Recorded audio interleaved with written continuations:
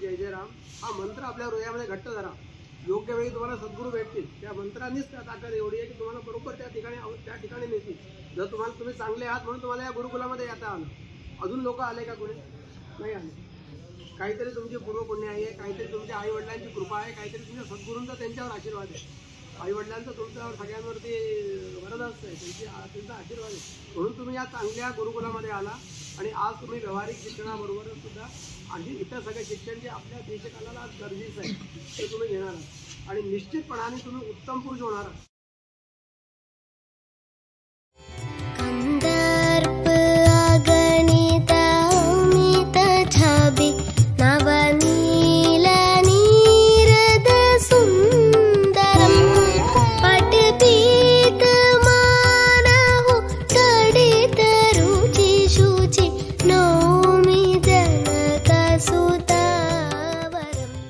आपण कधी विचार केलाय का आपल्यासोबत जी वही असते त्या वहीला सुद्धा भावना असतात.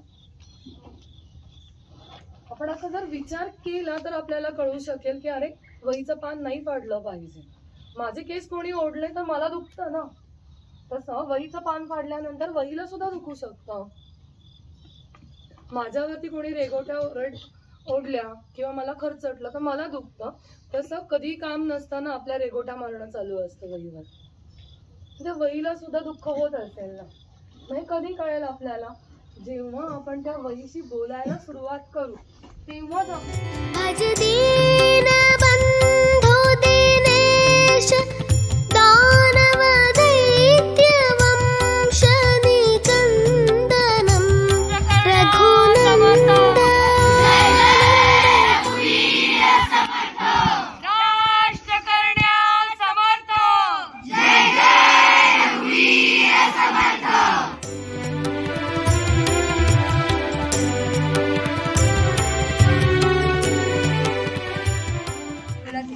आपल्याला जे कोण व्यक्ती भेटतील तर आधी त्यांचं नाव विचारायचं.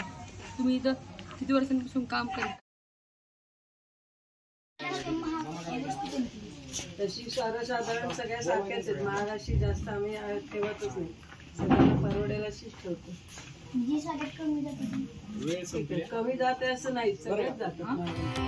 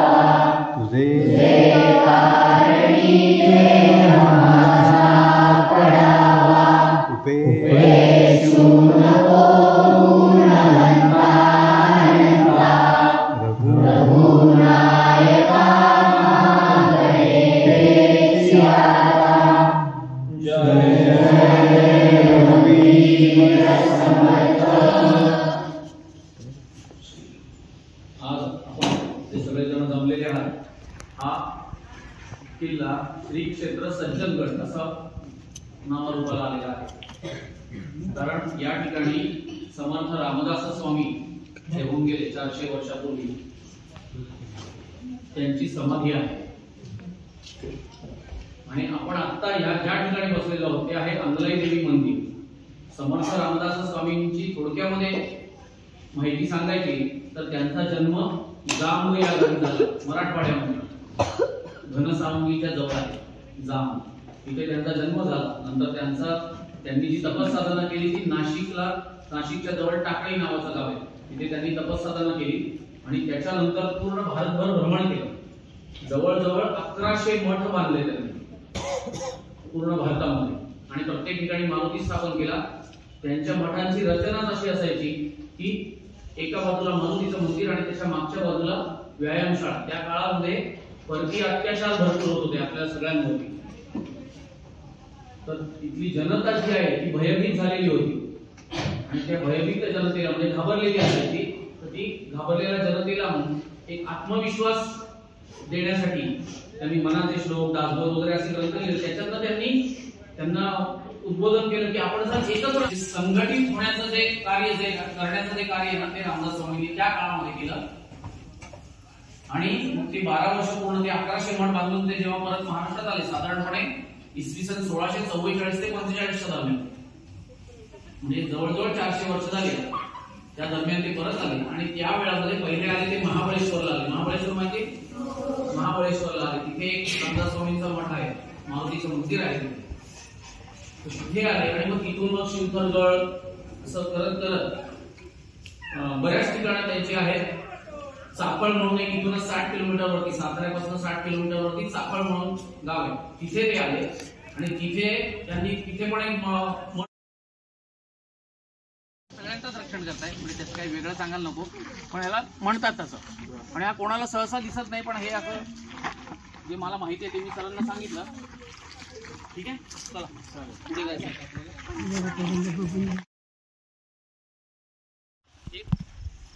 राक्षसांची योनी समजली जाते. राक्षस माहिती आहेत ना आपल्याला, तर त्या टाईपचेच एक ब्रह्मपिसा.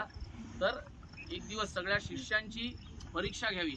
सगळे शिष्य आपापसात कुजबुजत असायचे की फक्त कल्याण स्वामींवरतीच रामदास स्वामींचं प्रेम आहे, बाकी आम्ही सगळे शिष्य असून सुद्धा आमच्यावरती काहीच प्रेम नाही. तर एक दिवस त्यांनी परीक्षा घ्यायची ठरवली आणि काय केलं, कल्याण स्वामी बाहेर गेलेले होते, जे गडावरती नव्हते, काही कारणानिमित्त खालती गेलेले होते आणि त्याच वेळेला बाकीचे शिष्य होते. तर समर्थांनी काय केलं, त्यांच्या केस जे होते ना ते इथपर्यंत असायचे, मानेच्या खालती एवढे लांब केस होते. त्यांनी त्या सगळ्या जटा वगैरे सोडून दिल्या, एकदम अंगाला पूर्णपणे एकदम असे भूतासारखे दिसायला लागले. ती भूताची योनीच ती ब्रह्मपिसा. तर त्यांनी सांगताना काय सांगितलं, हातामध्ये एक तलवार घेतली, नंगी तलवार, म्हणजे म्यानातली नाही, नुसती तलवार. माझ्या अंगामध्ये म्हणे ब्रह्मपिशाच शिरलेलं आहे. आता कोणी जर माझ्या समोर आलं तर मी त्याची खांडोळीच करेन. असं जोरात ओरडले. त्यांचा आवाज शरीर पण भारदस्त होतं. घाबरले सगळेजण. सगळे जे शिष्य होते शिष्य पळायला लागले. काय करायचं आता, अंगामध्ये आपल्या गुरु असताना सुद्धा ते गुरु आपल्याला मारतायत असं म्हणतायत. तर ही एक प्रकारची परीक्षा होती. कशासाठी परीक्षा होती, तर आपल्या गुरुवरती किती विश्वास आहे. तर गुरु भरपूर प्रकारचे असतात. त्याच्यामध्ये आपले पहिले आई वडील आपले गुरु असतात, नंतर आपल्याला शिकवणारे आपले गुरु असतात. तर त्यांच्यावरती आपण विश्वास ठेवून त्यांनी सांगितलं त्याप्रमाणे आपण वागणं हे आपलं कर्तव्य असतं. आपली मातृभूमी आपली गुरु आहे. आपल्याला ती काय काय शिकवत असते. एवढे मोठमोठे थोर पुरुष या मातृभूमीमध्ये होऊन गेले, तिच्यापासूनच निपजलेले आहेत ना. झाडं उगवतात म्हणजे आपणही आई वडील आपण जे खातो त्याच्यापासूनच आपली उत्पत्ती आहे. त्याप्रमाणे आपली मातृभूमी आहे, आपले शिकवणारे आपल्याला गुरु आहेत, त्यांच्यावरती आपली निष्ठा असली पाहिजे. ते जे सांगतील त्याप्रमाणे आपण वागलं पाहिजे. ही त्यांची समर्थांची म्हणजे सगळ्याच संतांची शिकवण होती. तर जे शिष्य आहेत, जे म्हणतात की माझं फक्त कल्याण स्वामींवरतीच प्रेम आहे, बाकीच्यांवरती मी प्रेम करत नाही, तर का करत नाही, तर ते तसे वागत नव्हते. म्हणून त्यांनी सांगितलेलं ते तसं वागत नव्हते. काहीतरी पळवाट काढायचे. आज माझी तब्येतच बरी नाही, आज माझ्या पोटात दुखतंय, आज मी बाहेर गेलो होतो. तुम्ही करता का असं काही होमवर्क वगैरे दिलेलं करता? असं करता का? सगळं होमवर्क दिलेलं टीचर्सनी करता ना सगळेजण? नाही तर ठीक आहे, जेवढं जमेल तेवढं करत जा, कारण का त्याचा फायदा तुम्हाला होणार आहे. का इथे तुमचं आयुष्य संपलंय नाही ना, पुढे सगळेजण मोठे होणार ना. हे जे बालपणाचे जे संस्कार असतात ना, हे मोठेपणी उपयोगाला येतात. भाषा उपयोगाला नाही येणार, पण मला अमुक अमुक टीचरने अमुक अमुक गोष्ट सांगितली होती, ती आज मला कळली. असं का वाटतं आपल्याला? कारण का ते त्यावेळेला कधीतरी सांगितलेलं असतं आणि त्याचा उपयोग होतो. तर त्याप्रमाणे हे त्यावेळेच्या शिष्यांच्या मनावरती बिंबवण्यासाठी त्यांनी हा अवतार घेतला होता. म्हणजे असं घडवलं होतं, स्वतःला बनवलं होतं. भस्म बिस्म लावून सगळे जटा वगैरे सोडून आणि हातात तलवार घेऊन सगळे पळायला लागले. थोड्या वेळाने कल्याण स्वामी आले आणि कल्याण स्वामींनी आल्यानंतर सगळे शिष्य त्यांच्या भोवती गोळा झाले. अरे म्हणे, कल्याण असं असं झालंय, समर्थांच्या अंगामध्ये भूत शिरलंय म्हणे, ब्रह्मपिशाच शिरलंय म्हणतात. ते जवळ गेलं की खांडोळी करीन म्हणून सांगतायत, तलवार आहे त्यांच्या हातामध्ये, आम्हाला खूप भीती वाटते म्हणे. कल्याण स्वामी निडर होते, ते समर्थांच्या शब्दांवरती आणि शिकवण्यावरती विश्वास ठेवणारे होते. ते म्हणाले, चला बघूया तर खरी काय होईल ते होईल. म्हणून ते इथपर्यंत आले. आणि इथपर्यंत आल्यानंतर समर्थ त्यांना म्हणाले की माझ्या अंगामध्ये ब्रह्मपिशाच शिरलंय, मी तुला मारून टाकीन माझ्या जवळ येशील तर. तेव्हा त्यांचे शब्द आहे की तुमच्या हातनं मला मरण आलं तरी चालेल, पण मी तुमच्या पायाशी स्पर्श करायला येणार. याला म्हणतात गुरुनिष्ठा. गुरु जे सांगतो, जे करतो ते चांगलंच आहे या भावनेने आपण त्यांनी सांगितलेलं ऐकणं, ही गुरुनिष्ठा असते.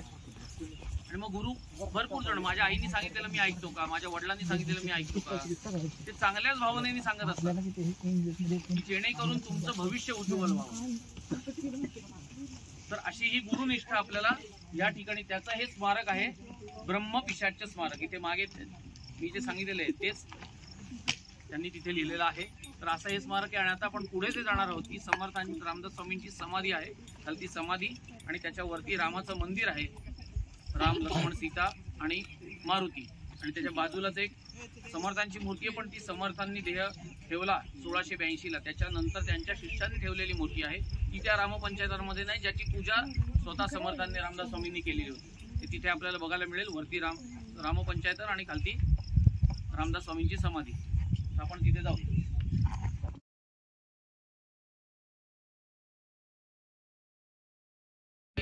सैन्य येत होतं, शत्रू सैन्य या गडावरती आक्रमण करायला. त्यावेळेला प्रचंड भुंगा माहिती ना, ते प्रचंड भुंगे त्यांच्या अंगावरती गेले, त्या सैन्यावरती. त्यांना पुढे येताच आलं नाही. म्हणून त्यांची परिस्थिती कशी झाली, त्यांचे धाबे दणाणले. म्हणून तेव्हापासून ह्याला धाब्याचा मारुती म्हणजे एक, किंवा आता दुसरा एक धाबा असतो की आपल्या रोडवरती जे आपण फिरतो तेव्हा कुठे अमुक धाब्यावरती जेवलो वगैरे असं म्हणतात की नाही, ऐकलंय कधी? हा, म्हणजे एक ठिकाण अशा अर्थाने इथे घेता येईल. आणि साधारणपणे मारुतीची मूर्ती जी असते ना, ती मूर्ती दक्षिणाभिमुख असते, पण ही पूर्वाभिमुख आहे. इथे ही पूर्व दिशा आहे आणि ही पूर्वाभिमुख मूर्ती आहे. अशी या मूर्तीची खासियत आहे. मूर्ती ह्या ठिकाणी गुप्त खलबती व्हायच्या की स्वराज्यासाठी काय करता येईल, आपल्या लोकांच्या रक्षणासाठी काय करता येईल, याचा विचार विनिमय जो आहे तो इथे व्हायचा, असं वर्णन आहे.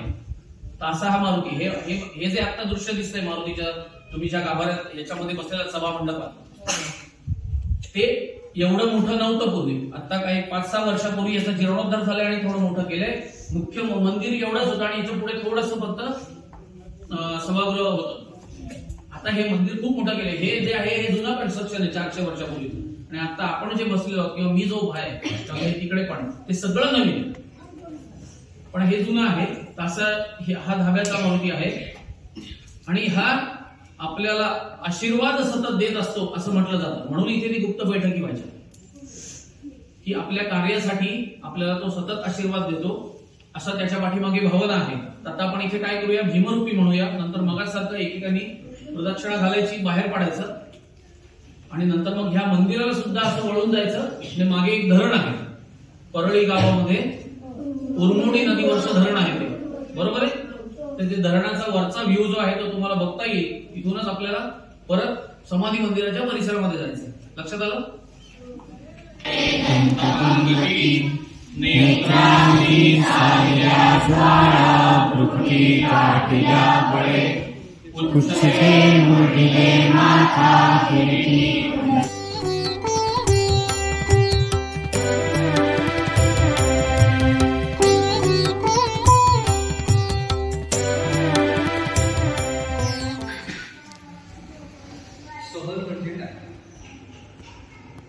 आपण कुठेतरी बाहेर जातो, एन्जॉय करतो आणि परत येतो, साधी शब्द बरोबर आहे की नाही? आपण ही सहल काढली वेगळी, ही आपण गावात का काढली? त्याच्या मागचं कारण मला मूलभूत जीवनशैलीतला फरक जो मला तिथे बदल करता येऊ शकेल का, हे पण आपण लक्षात घ्यायचं आहे. हे सगळं करण्यामागे त्या सरांनी, इथल्या सगळ्या लोकांनी त्यांचे 7 दिवस आपल्यासाठी का खर्च केले? तर ह्या मागे आपल्याला हे समजलं की काय चांगलं आहे नेमकं, आणि ते मी माझ्या